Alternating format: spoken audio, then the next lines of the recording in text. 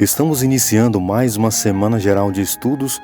Este é o nosso 13º estudo dessa série, onde estudamos a educação e redenção.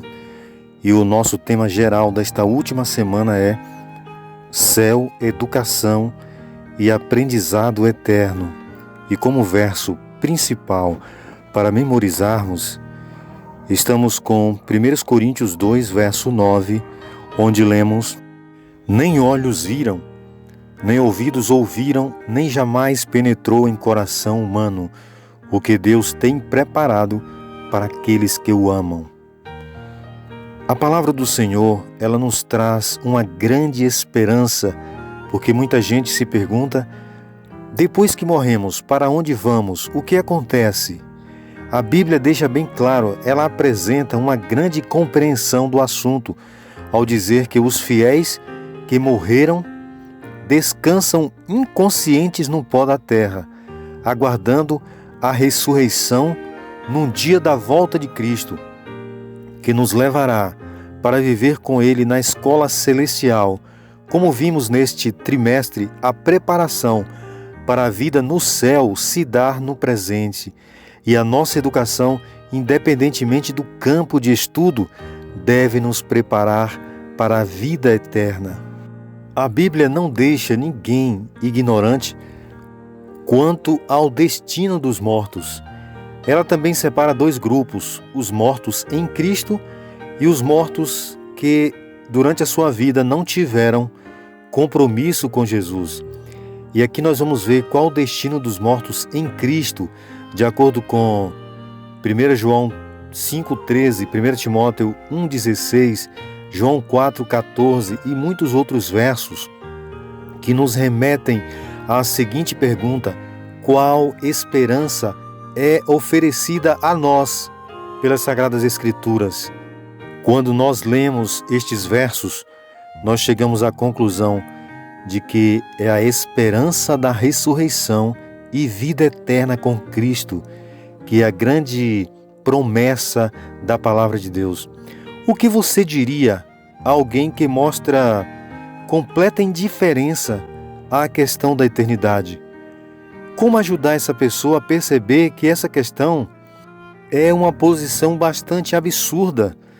Porque qualquer ser humano em seu estado normal vai gostar de saber o seu destino final, de onde viemos, para onde vamos, o que nos aguarda no futuro. E a palavra de Deus nos esclarece sobre nosso destino futuro. Prova disso é que a Bíblia nos mostra o destino dos mortos em Cristo. E a palavra de Deus em Apocalipse 20 nos deixa muito claro, e não há dúvida do motivo pelo qual grande parte da Bíblia é dedicada às promessas reservadas para os que encontrarem a salvação em Jesus, promessas relacionadas ao que os aguarda no futuro. Na segunda vinda de Jesus, os salvos ressuscitarão para a vida eterna. Após os 1000 anos, os perdidos então ressuscitarão para a morte eterna. Apocalipse capítulo 20. E Deus promete para os seus filhos fiéis, aqueles que acreditam na ressurreição, aqueles também que acreditam que, estando vivos na volta de Jesus, serão transformados. O Apocalipse capítulo 21, verso 14, tem uma promessa maravilhosa: e lhes enxugará dos olhos toda lágrima, e a morte já não existirá, já não haverá luto, nem pranto, nem dor, porque as primeiras coisas passaram. E qual será a diferença entre a nossa existência neste mundo e a nova vida que teremos em Cristo? Quando lemos 2 Pedro 3, versos 10 a 13 e Apocalipse 21, versos de 1 a 6, nós entendemos as promessas maravilhosas de Cristo para uma vida por vir. E quais são as condições para receber essa nova existência? A Bíblia promete que os mortos em Cristo ressuscitarão primeiro, e que aqueles que estiverem vivos, mas que têm a fé em Jesus, que são selados com o selo de Deus, serão transformados e arrebatados para o céu. Então, quais são as condições para receber essa nova existência? Como podemos chegar lá? Como podemos ter certeza de que faremos parte disso, dessa promessa maravilhosa?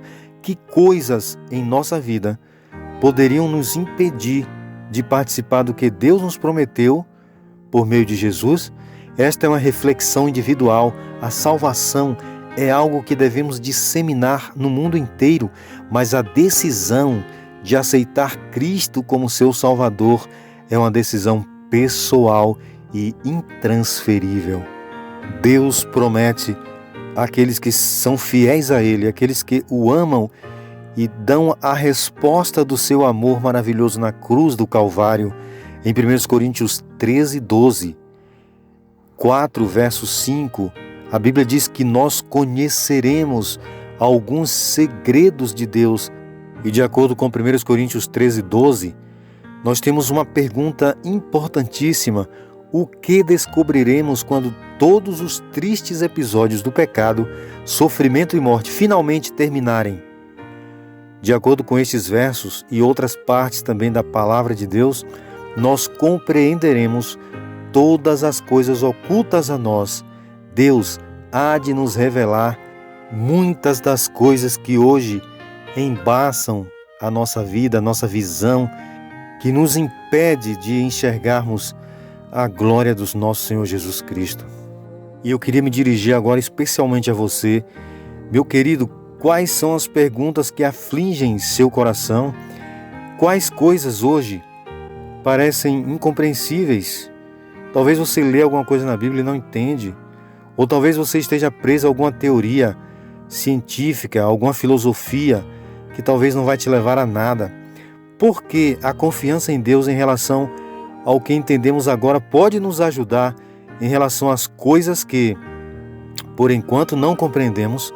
É importante entendermos aqui, para que o Senhor Deus nos esclareça um dia na vida eterna, a intensificação da comunhão com o Senhor por meio do estudo da Bíblia e da oração pode nos ajudar a ter mais confiança em Deus diante dessas questões. Com certeza, à medida em que nós vamos lendo a Bíblia e orando ao Senhor, Deus vai colocando em nosso coração a sensibilidade de compreendermos o que é o projeto dele da nossa salvação. E esta é a escola celestial. Aqui Apocalipse 21, 1, capítulo 2, também verso 7, nos apresenta que aqui na terra nós temos a educação cristã, a cosmovisão bíblica que nos levará à vida eterna. E lá na vida eterna, com Jesus Cristo, nós ainda teremos a escola celestial. Vejam que maravilha! Isto exatamente porque a Bíblia nos diz que a nossa leve e momentânea tribulação produz para nós eterno peso de glória, acima de toda comparação, não atentando nós nas coisas que se veem, mas nas coisas que se não veem. Porque as que se veem são temporais. Ou seja, a Bíblia está nos convidando para pensarmos nas coisas celestiais, aquelas que permanecerão para sempre. E as que se não veem, elas são eternas. De acordo com 2 Coríntios 4, 17 a 18, queridos, que esperança esses versos nos oferecem. Quais coisas eternas e invisíveis, prometidas por meio de Jesus, estamos aguardando. Quando lemos Apocalipse 21, capítulo 7, 14 a 17, nós chegamos à conclusão de que é a esperança de vida eterna em novo céu e nova terra, onde comeremos a árvore da vida e habitaremos na nova Jerusalém. Esta é a promessa que a Bíblia nos oferece. Pense como será viver para sempre em um mundo totalmente novo, sem tudo o que torna a nossa vida aqui tão difícil. O que você imagina? Quais coisas você aguarda com ansiedade?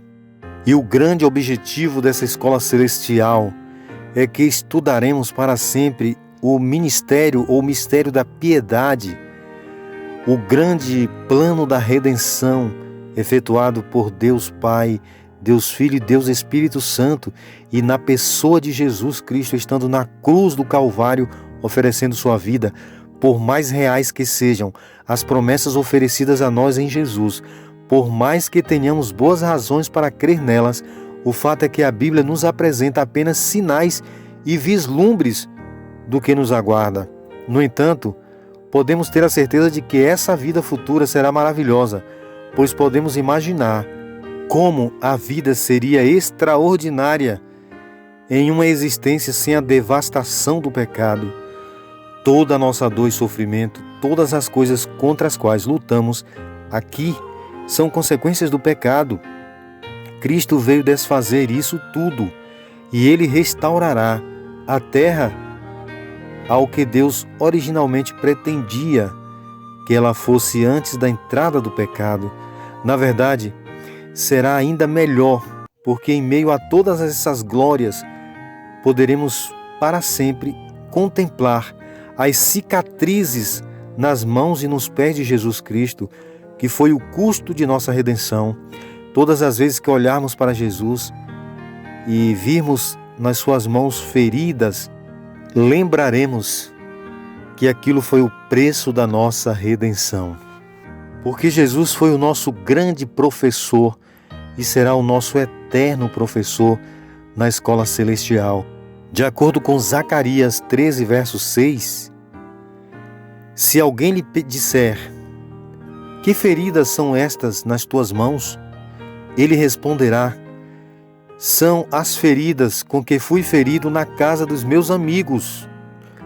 De que esse texto está tratando? Esse texto nos mostra que lá no céu nós faremos uma pergunta para Cristo: Senhor, que feridas são estas nas tuas mãos? E Ele responderá: estas feridas eu recebi na casa dos meus amigos, pelos quais eu fui dar a minha vida. Essas feridas é a marca da redenção das pessoas que eu tanto amo. E isto encherá o nosso coração de gozo e da certeza de que Deus nos ama e de que este amor que Ele tem por nós será cada dia crescente em nosso coração durante a eternidade, de todas as verdades incríveis sobre as quais aprenderemos pela eternidade. Nada nos cativará mais do que o sacrifício de Cristo em nosso favor. Pense na profundidade e na riqueza desse sacrifício, visto que o estudaremos por toda a eternidade. Desde já, como poderemos aprender a valorizar mais o que Jesus fez por nós por meio da cruz? E ao transcorrerem os anos da eternidade, trarão cada vez mais abundantes e gloriosas revelações de Deus e de Cristo. Assim como o conhecimento é progressivo, também o amor, a revelação e a felicidade aumentarão. A vida no céu não será monótona, não será parada. Quanto mais as pessoas aprenderem a respeito de Deus, mais admirarão seu caráter.